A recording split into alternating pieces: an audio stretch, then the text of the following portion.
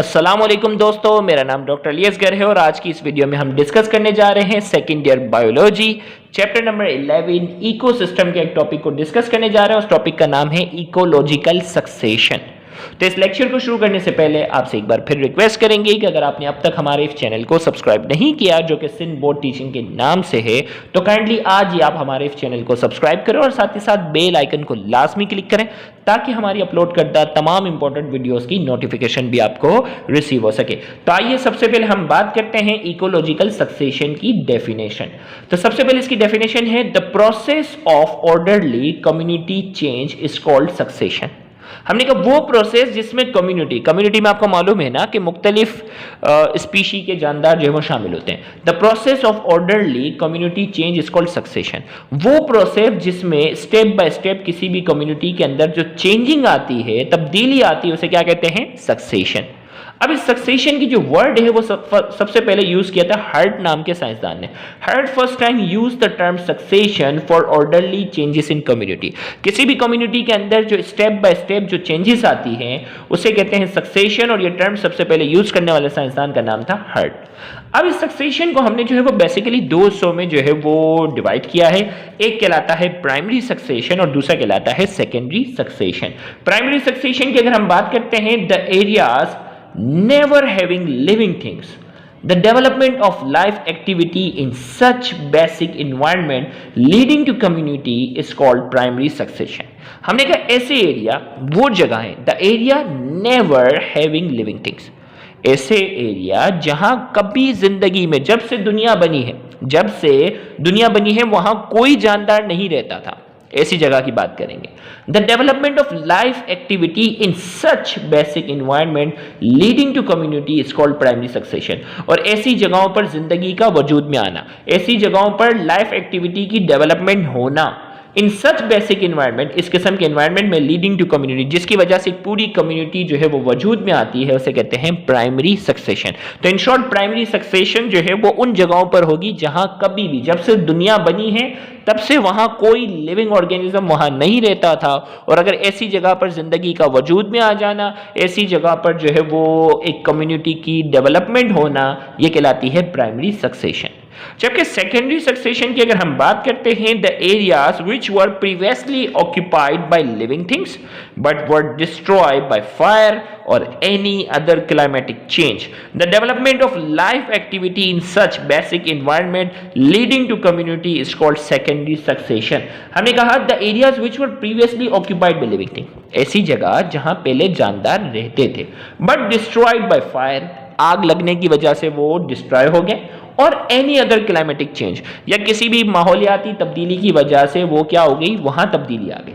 The development of life activity in such basic environment leading to community is called secondary succession. और ऐसी जगहों पर देखो जहां जानदार पहले रहते थे, आग लगने की वजह से, माहौल में तब्दीली की वजह से वहां क्या आ गई, तब्दीली आ गई, वहां कम्युनिटी खत्म हो गई। अब कई हजार सालों के बाद दोबारा वहां लाइफ एक्टिविटी जो है वो वजूद में आती है, उस इन्वायरमेंट के अंदर कम्युनिटी का बनना, ये कहलाता है सेकेंडरी सक्सेशन। तो सक्सेशन जो है वो बेसिकली दो हिस्सों में हमने डिवाइड कर दिया है, प्राइमरी सक्सेशन और दूसरा हमारे पास कहलाता है सेकेंडरी सक्सेशन। अब आइए हम बात करते हैं क्लासिफिकेशन ऑफ सक्सेशन। ये तो प्राइमरी और सेकेंडरी हो गया ना। अब दूसरी क्लासिफिकेशन है on the basis of habitat. Classification of succession on the basis of habitat. Habitat की बेस पर हम जो है वो सक्सेशन की क्लासिफिकेशन को पढ़ने जा रहे हैं। On the basis of habitat succession is classified into following type. Succession की हमारे पास जो है तीन टाइप्स हैं। एक हमारे पास जो है वो हाइड्रोस्फीयर है विच अकर इन वाटर, पानी के अंदर जिंदगी का वजूद आना, वो कहलाता है hydrosphere. Mesosphere which occur in area where adequate moisture is present, एक ऐसी जगह जहां जो है वो एक दरमियाने मिकदार में जो है वो नमी मौजूद है, वहां जो है वो कम्युनिटी का वजूद में आना मीजोस्फीयर कहलाता है। और जीरोस्फीयर विच अकर इन ड्राई प्लेसेस, रेगिस्तानी जगहों पे, खुश्क जगहों पर कम्युनिटी का वजूद में आना, ये कहलाता है जीरोस्फीयर। आइए हम बात करने जा रहे हैं अब हाइड्रोस्फीयर की। हाइड्रोस्फीयर की अगर हम डिटेल में बात करते हैं, लॉन्ग सवाल बनकर आता है बाकायदा, तो आइए हम हाइड्रोस्फीयर की बात करेंगे। जीरोस्फीयर फिर आप बुक से खुद भी कर सकेंगे इसको समझने के बाद। हाइड्रोस्फीयर हमें मालूम है, नाम से ही पता चल रहा है, primary succession in open water like pond, pools, lake, which are ultimately converted to land community constitute hydrosphere और hydrage। याद रखिएगा हाइड्रोस्फीयर को हाइड्रेज का भी नाम देते हैं। हमने कहा कि प्राइमरी सक्सेशन होगी जिसमें ओपन वाटर में क्या है, पाउंड, पूल, लेक्स, ये जो है वो खुले पानी के तालाब की बात हो रही है, which are ultimately converted into land community, जो कि फाइनली जो है वो एक लैंड कम्युनिटी के अंदर जाकर कन्वर्ट हो जाएगा, कॉन्स्टिट्यूट हाइड्रोस्फीयर, जिसकी वजह से वजूद में जो आएगा वो हाइड्रोस्फीयर आएगा, जिसे हाइड्रेज का भी नाम देते हैं। अब जो है वो किन किन स्टेप से ये गुजर कर ये वजूद में आएगी, हम उसकी बात करते हैं। Cereal stages of hydrosphere, hydrosphere के जो हम मुख्तलिफ स्टेप्स की बात करते हैं, जिसमें सबसे पहला है फाइटोप्लैंक्टन स्टेज। फाइटोप्लैंक्टन स्टेज की, प्लैंक्टन का मतलब तैरने वाली चीज है, फाइटो का मतलब ऑटोट्रॉफिक ऑर्गेनिज्म की बात हो रही है। अब इसमें बात करें, algal spore may be brought about by wind along with soil particles and deposited on water. Algae जो है ना, ब्लू ग्रीन अलजी वगैरह, इनके जो स्पोर्स होते हैं वो हवा के जरिए मट्टी के particle along with soil particles, मट्टी भी तो उड़ती है ना, उनके पार्टिकल के जरिए क्या हुआ, डिपॉजिट ऑन वाटर, पानी के अंदर क्या हुआ, डिपॉजिट हो गए। The unicellular and colonial planktonic form are the first invader and hence this stage is called phytoplankton stage। अब एक खुला तालाब था, उसमें जो है वो अलजी के स्पोर मट्टी के पार्टिकल्स के साथ उस जो है वो पानी के अंदर जो है वो डिपॉजिट हो गए, और वहां जो है वो यूनिसेलुलर और कॉलोनियल प्लैंक्टोनिक फॉर्म जो है वो पहले इन्वेडर का मतलब दाखिल होने वाले आते हैं, ये वहां वजूद में आते हैं। इस स्टेज को फाइटोप्लैंक्टन स्टेज का नाम दिया है।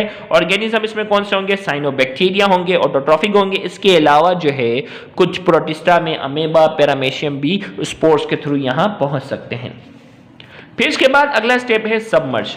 The death and decay of phytoplanktons and zooplankton make the soil suitable and softer for the growth of rooted hydrophytes। हमने कहा कि सबमर ये जो है ना फाइटोप्लैंक्टन स्टेज वाले ये मर जाते हैं इनके डीके होने की वजह से, और जू प्लैंक्टन में जैसे अमेबा और पैरामेशियम थे, इनके मरने की वजह से क्या हुआ, मेक द सॉइल सुटेबल, जिसके से मट्टी जो है वो क्या हो जाती है, सुटेबल हो जाती है, सॉफ्टर नरम हो जाती है, for the growth of rooted hydrophyte, जिसकी वजह से जो हाइड्रोफाइट्स होते हैं ना, जो जड़ों वाले होते हैं, वो पानी के अंदर क्या आ सकते हैं, वजूद में आ सकते हैं। इससे पहले मट्टी में वो सलाहियत थी नहीं कि रूट्स वाले, जड़ों वाले हाइड्रोफाइट्स आ सकें, लेकिन ये है कि इनके मरने की वजह से मट्टी जो है वो नरम हो जाती है, इस काबिल हो जाती है कि रूटेड हाइड्रोफाइट्स वहां पहुंच जाते हैं। मिसाल के तौर पर organism of this stage hydrilla plant जो होता है वो इस स्टेज में ग्रो कर सकता है। एनिमल में ब्लू फिश वगैरह इन हाइड्रा प्लांट्स की वजह से वहां ये भी पाई जाती है।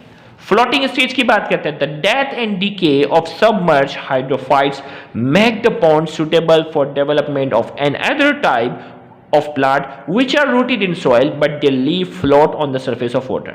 अब ये सबमर्ज प्लांट थे ना, ये तो पूरे के पूरे पानी के अंदर थे, इनके मरने और इनके डीके होने की वजह से अब ये पाउंड जो है वो सुटेबल हो गया है for the development of another type of plant. अब जो है वो दूसरी वैरायटी के प्लांट के लिए जो है वो सुटेबल हो जाता है उनकी डेवलपमेंट के लिए, which are rooted in soil, जिनकी जड़ें तो पानी के अंदर होती हैं but their leaves floated on the surface of water, उनके जो लीव्स होते हैं वो पानी की सरफेस पर क्या करते हैं, फ्लोट करते हैं। Organism of this stage azolla, Lima, pistia, ये सारे इसमें पाए जाते हैं।